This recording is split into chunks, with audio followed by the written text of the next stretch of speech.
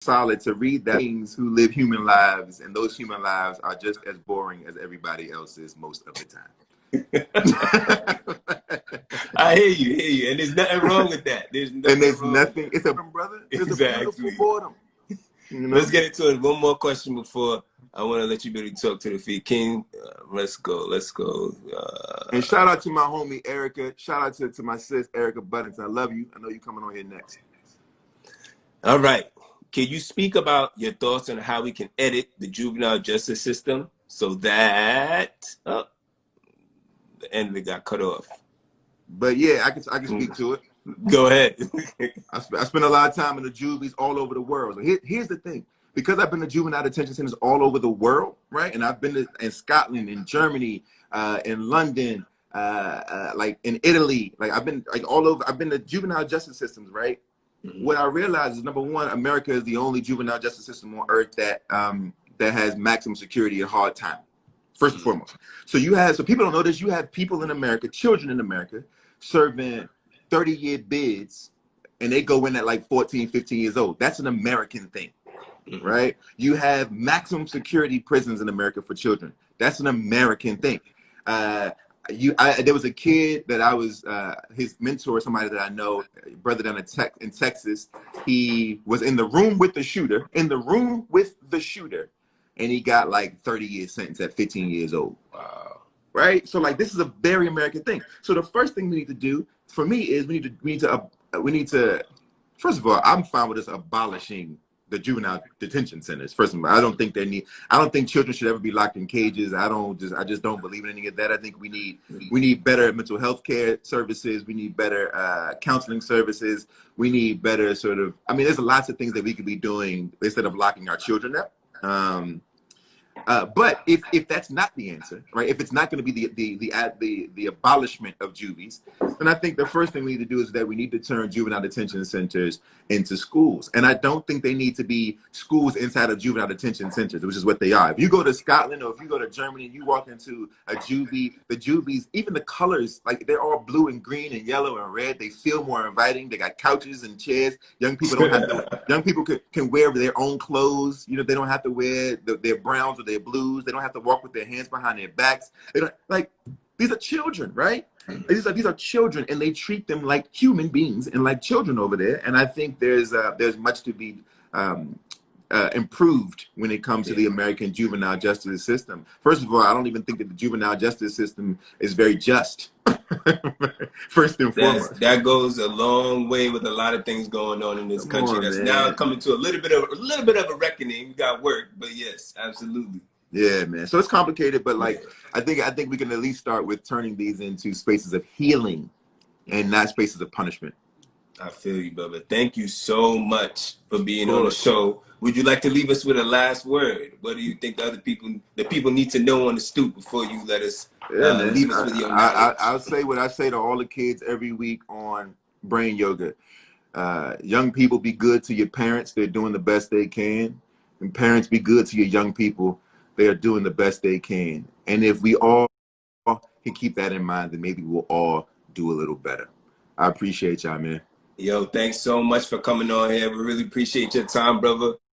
We'll check you next time on the Soup. Stay safe, my dude. Later on. Peace. All right, everybody. That was great. Now let's go to our second guest. After you got a great chance to speak with Jason Reynolds. Everybody check that out. Brain Yoga. Hit his Instagram up. I highly recommend it. Now we move on to our second guest. Still in the same vein of how we're going to educate our children in the future, we speak to Miss Erica Buddington. Right? Erica, you mind hopping on? And I will get you on here. Whoops.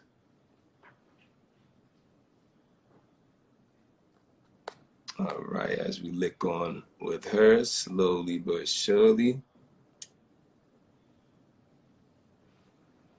As we wait for her to hop on, I just want to tell you guys, in general, a brief little update with COVID-19. It's still happening. Please, just because it hasn't touched you yet, please continue to wear masks. A lot of what I'm seeing in the news, and even with some of my friends, is that they're saying the death rates are going down. Right? Even though positive infections, positive rates are up, There's hospitalizations are going up, death rates are down. And so I think it's a problem of interpreting the data, right? The thing is, New York, one of the biggest cities in the world, right? Definitely in the US, really the data goes with them, right? With New York in and of itself. Because the rates in New York are going down, there are tiny other hot spots that are coming mini New Yorks in the US. People have talked about areas in Florida, areas in Texas, areas in the Sun Belt overall. So I think what you're seeing is kind of these microcosms of New York where these deaths are still skyrocketing. If you not just take it from the national level, but go down to the state, the county level, and you'll see that. So please don't be fooled. Continue to wear your masks. Just a little PSA in between. So let's bring on our next guest. As promised, Miss Erica Buddington. Hello. How you doing? What's up? Doing? How are you? As promised, Miss Erica Buddington. Do you mind introducing yourself to the Stoop, who you are and what you do? First, I'm excited to be here.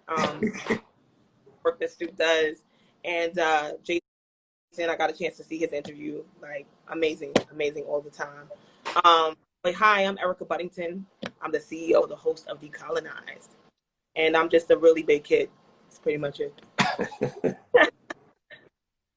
I watched some of your videos. You're also now. You're from New York. Are you from Uniondale? Yes, I'm from Uniondale. Okay, yeah. I'm in your hood. From your hood. Born in Brooklyn, was here for a while, and then moved to Uniondale. But they say wherever you graduated high school is where you're supposed to claim, where you're supposed to rap. So I'm not allowed to rap Brooklyn, so I'm gonna stay You good. And you're a fellow Jamaican. So big up on yourself. So good. So let's get right into it. What was your path in terms of becoming an educator? I'm curious. So I'm always teaching, right? I would literally be in the middle of my room during I'm not room, in the middle of the family during Thanksgiving and lectures, and everyone would be like, "Oh, we hear you. We understand." I wasn't sitting at the kids' table. I was immediately throwing myself into the adult conversations. I wanted to talk politics. I wanted to talk history. But then I got to college and I said, I'm going to be a writer. I'm going to be the greatest novelist ever. And my junior year, somebody approached me. Actually, two people approached me. One was a judge, and the other person was someone that ran a transition program for young women coming out of group homes and juvenile detention. And they saw me performing. I used to spit poetry, one, to help with my tuition and my books, and two, because, I love spoken word. And so they said, you should be doing this in front of children. And I yeah, I'm going to be the great American novelist. I don't know what you're talking about. And they're like, no, Okay. this in a class, we're going to get you there. And so I was at Hampton University, and I remember making my way down into Phoebus, and I made my way over into Newport News. There were two different locations I was working in, and I never left. Those kids, they stole my heart. The minute I left college, I graduated, I said, I'm going to be an educator for the rest of my life. I knew it there and then. So that's where it started. Dope. That's amazing. I hear that. So where, beyond Egypt being a multi-talented person, right? Everyone's talking, you can be everything and do everything you can. I think I learned a lot from your history. You still drop knowledge on me because I'm learning even as an adult. I've been watching your videos more recently. I've been hearing some of your podcast stuff you've been dropping, and it's awesome. Most of that drive to learn about African-American history came from my mom. Did you have a certain person in your life and your family that kind of drove you, like, you need to sit down and learn these facts before you go out into the world? Their names are Almarie and Patrick, my mother and father. And my mother was the type to drive me to the discount store 2 weeks before Christmas, pick out all the white Santas and a brown marker and say, we're not going to have white Santa. Okay. My house was with African art. My house was filled with books on the shelf. I was a very privileged child when it came to generational knowledge. And so my parents were college graduates, and that's the thing that they put upon me was, you know, that hunger to learn history, and to know that we were not a monolith, that we were in fact diverse. And I remember having this experience where it's like I'm in Brooklyn with my family, with Yachty, we're Jamaican, you know, we're chilling in the backyard, and then like I would go home and my father was like, okay, well, you heard your grandmother bring up the maroons today. We're gonna look at the maroons now. And I'm like, come on, I just came from the barbecue. Like, it's not done. It's not done. Right. So yes, I had the privilege of being around two parents that were obsessed with Black history. And then I went to a historically Black university. So I had no choice. Yeah, I was immersed at all times. At all times. How did you come up with the idea of decolonize? And how did you, were you always thinking of that? Like, oh, you know what, this knowledge needs to be given to kids and then put it on this like larger format? I'm curious. So it's actually, there are two instances that I talk about. The first instance is I was teaching in a school a few years ago, right? And, you know, we're on Museum Mile, and my classroom, you can see Central Park across the street. And I'm teaching ancient civilizations. I'm talking about the Civil War. I'm talking about civil rights. At one point, I was teaching 6th and 7th grade, right? So, you know how that can be. You know, sometimes you got to take up multiple classes. Literally, look at the statue of J. Marion Sims. And I'm not sure if you're familiar with Marion Sims, but he's this father of gynecology, but a part of his was yes, okay, yes, I do know about this. Yeah, right. This is a medical apartheid. Yeah, we spoke about this book before. Right. Yeah. So my students came upstairs one day and they were like, Miss Buddington, there's some ladies protesting in front of the statue. Like, what's going on? And I was like, okay, how do I like? Because I knew, right? And we had people were observing all the time, and I'm like, I really want to get this in. Don't want to, like, it was almost like I had to steal time to talk about it. And then it started to occur to me that, you know, there were also instances in York Hill, these Black settlements that were eradicated for Central Park to even exist. I'm talking about pre-Civil War, and I can't even talk to the Black that I'm talking to about what's happened across the street. And that's problematic. And so at that point, I said to myself, all right, you're going to have to break some rules, right? And so I taught the mandated curriculum. I taught my own instructional material alongside that. And then eventually what ended up happening is, you know, I opened my company. We don't just design Black history material. We also design just culturally relevant instructional material across the board, across all subjects. And then I remember being in school and I had this friend who I used to talk to all the time. Like, I just want to live and tell the world we don't know. I just want to tell my kids all these things, but I feel like someone is always pointing me back to the mandated instructional material, and I'm frustrated. And she was like, "Yo, do that. Like, just do it." And if simple, just go ahead. Right? If you get pushback for it, it is what it is.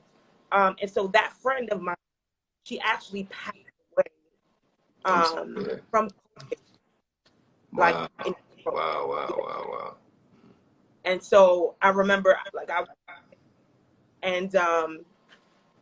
like literally 2 weeks before that, I had written out the entire plot. Like I knew what I wanted, all the topics I wanted to cover. I can't even get out of bed right now because this is not fair. This is a woman who went to the hospital 3 times before they would even take her, you know, breathing seriously.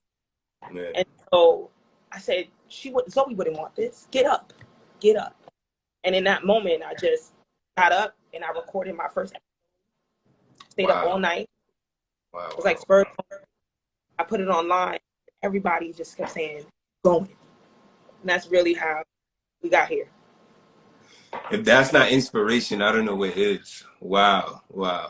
That's beautiful. And I'm glad with what you're doing, you carry your friend's spirit continuously, you know, and that may never die in general. But that's amazing. That's amazing. That was the start of it. Do you mind explaining a little beyond Decolonize what you do with your Langston Hughes League? We're called Langston League. There's a reason for that. There's a reason for that. So I love Langston. My mama been reading Langston to me. She claims since so, you know, I love me some Langston. But my first job was actually in Harlem. It was a few blocks away from Langston Hughes' house on one in Madison. And during break, I was sitting there, lesson planning, and sometimes I was getting frustrated with what I was creating because I knew that my kids needed more. They needed someone to differentiate. They needed someone who was considering their multiple learning styles. And I'm not just talking about Gardner's multiple intelligence. I'm talking about cultural learning styles, you know, their multilingualness, the youth culture that they have amongst each other, the partnerships between teacher and student. And I said, you can do this. Like, I've been designing instructional material for years at that point. And I said to myself, you can do this. But what would you call it? Langston League, right? And I'm also a comic book head, so found its way in there.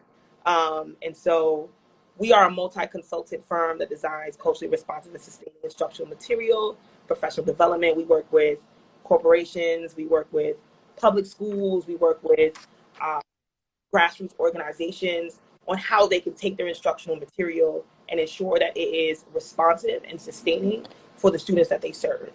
And that looks completely different for everybody. Has an individualized survey that they fill out. We go in, focus groups, we talk to teachers, we talk to staff, we talk to students, and it's really just a co-creation that happens before we actually launch anything.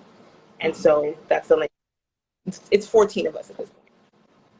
It's amazing because I find that because you're always trying to promote there's STEAM and they talk about science, technology, engineering, arts, math.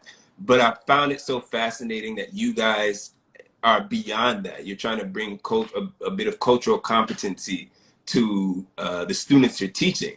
All right. So how does that look? Right. I think it's easy. I guess when I classically go through training, it's easy to look at a teacher, teach me how to do math, teach me how to do this. But how do you teach cultural competency to a student? Right. So have conversations with the students about what they would like to see. And you won't be surprised because students always have ideas. So we get a range of things. Students will give us things like culture that they listen to, or they're internalizing, they're watching films or TV shows. They'll also tell us about stories that they home, things that are tradition to them amongst their parents and their community, and then we integrate that, right? And so, for instance, we're working with a school right now that's in Washington Heights. When I'm having conversations with many students, many of my former students, as well as students that they have that are located in this area, they talk about, you know, how they have Juan Rodriguez Way, which is named after the first immigrant in America. Right? They talk about the language that they use at home and how they wish to have dual language programming the way that their family speaks dual language at home and when they're amongst each other. They talk about, you know, the context that they're seeing online, right? I want to understand more about what it is to protest. I want the language to describe what I'm feeling. I want the language to describe what I feel when I want to push back, when I want to speak up. And so it's problematic that we aren't giving the historical context and the person narratives and the fictional texts that are covering these movements, that are covering this language, that are in multiple languages. And so when we come in, we have conversations with teachers and staff, and we ask, and then we really get to the kids, and the kids have incredible ideas. They know the type of learning that they wish to receive. And so once we sit down at our, you know, Langston League table and pull that all together, and we come back and we deliver it in a professional development. For instance, one of our professional developments is called Decolonize, and it assists middle school history educators with heightening their the narratives that they use or the artifacts that they use, ensuring that they're from indigenous peoples of that location, ensuring that they're using first-person text, talking about locales and streets that are named after people that we're studying, and students have no idea. And often when we walk in, the sentiment is, you know, there's nothing. Sometimes it's like there's nothing you can teach me that don't teach me it is. And by the time they're like, oh my God, I drive down that road every day and did not know it was named after. We're like, right? And so we just want to ensure that all kids have the historical context to any industry that they choose, because history is in every single industry that you have to know where you come from in order to move forward and ensure that you repeat history. Exactly. Like some things are going on now, unfortunately. I want to take a second for your opinion, because a lot of policies being pushed in for schools to open up prematurely. I got a chance to speak about it a little bit with Jason, but I want to hear your perspective, and then how does the future of education change in the midst of a pandemic? Right. So I'm listening to the scientists, right? And most of the scientists are telling us that they don't feel that it's safe to go back to school, right? And I'm sorry, while we like as a country to dabble in percentages and statistics, even one getting sick, even one teacher getting sick, it's not enough, right? I need a vaccine first. I'm sorry, I'm just not willing to risk children that might have chronic illnesses. I'm not willing to wish teachers that are already giving their bodies to this profession in an unnatural way, right? Absolutely. And on top of that, layering illness that could potentially, I'm not willing to risk. And so I'm seeing a lot. While technology could never replace a classroom, right? Yeah. It can most certainly save lives at this moment until we find a better alternative. And so for me, what that looks like, it looks like ensuring that professional development allows the platforms that you're trying to push onto those educators, right?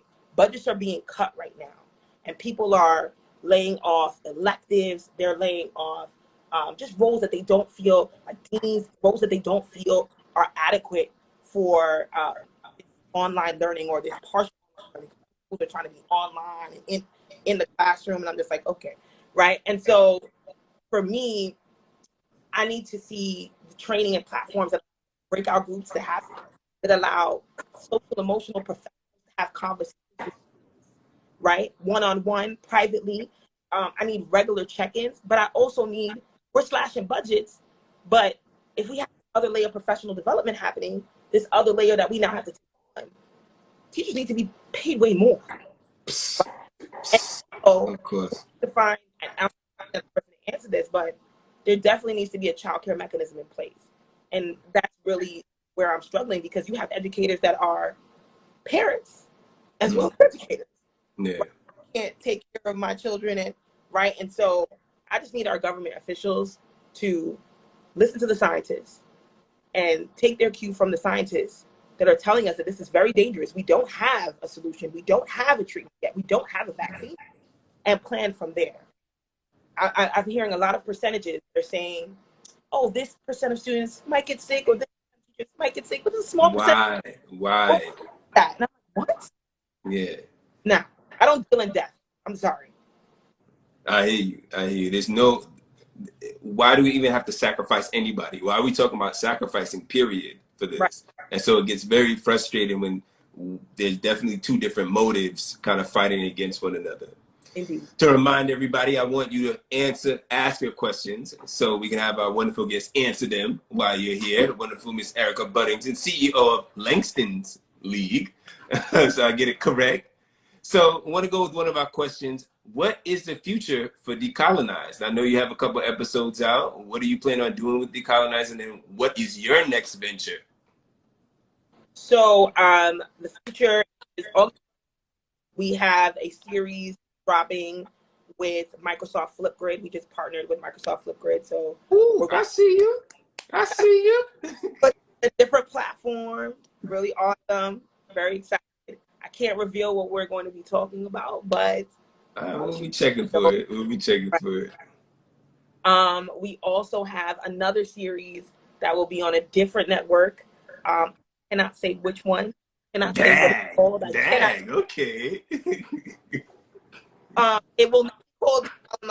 There's one that's to be called something else, but it will still be about Black history and ensuring that I uplift underrepresented narratives. I'm working on building out my first school, and so I'm trying to open up a middle school called the League in Uniondale, New York.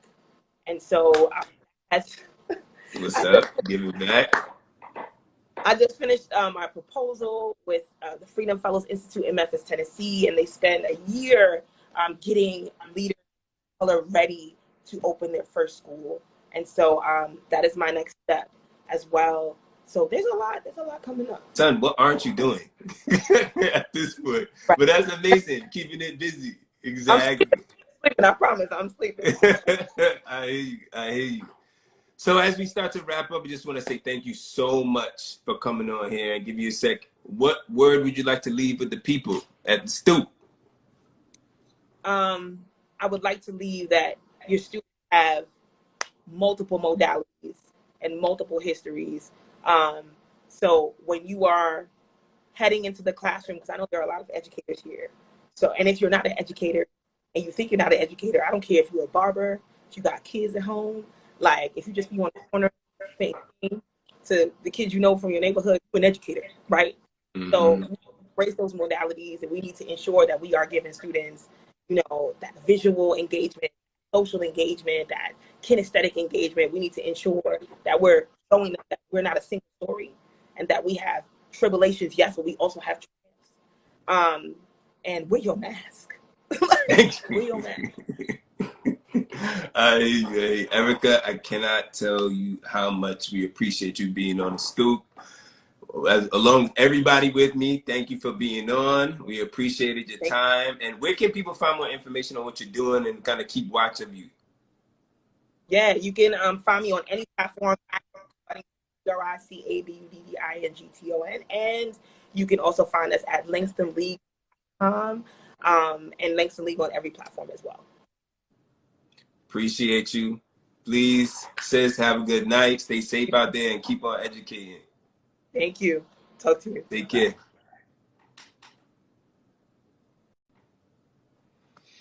All right, beautiful people. That was another episode 16. We're really focused on what the shape of our education system will look like in the future, especially when we're looking at our minority boys and girls in the future, right? We had Jason speak about his perspective on really we might have to break the current system we're in, right? Some people may not be educated in the first place, right? And we have our second guest come on, be able to talk about some of the work she's doing by changing the format of what we traditionally think education is, or educating is, all at the same time while being safe and not sacrificing any of our children to this pandemic. Everyone, please be strong, be safe, be aware, keep on educating yourselves on what's going on around us. And even though we continue to be apart, we're going much further together. Have a good night. Take care, people.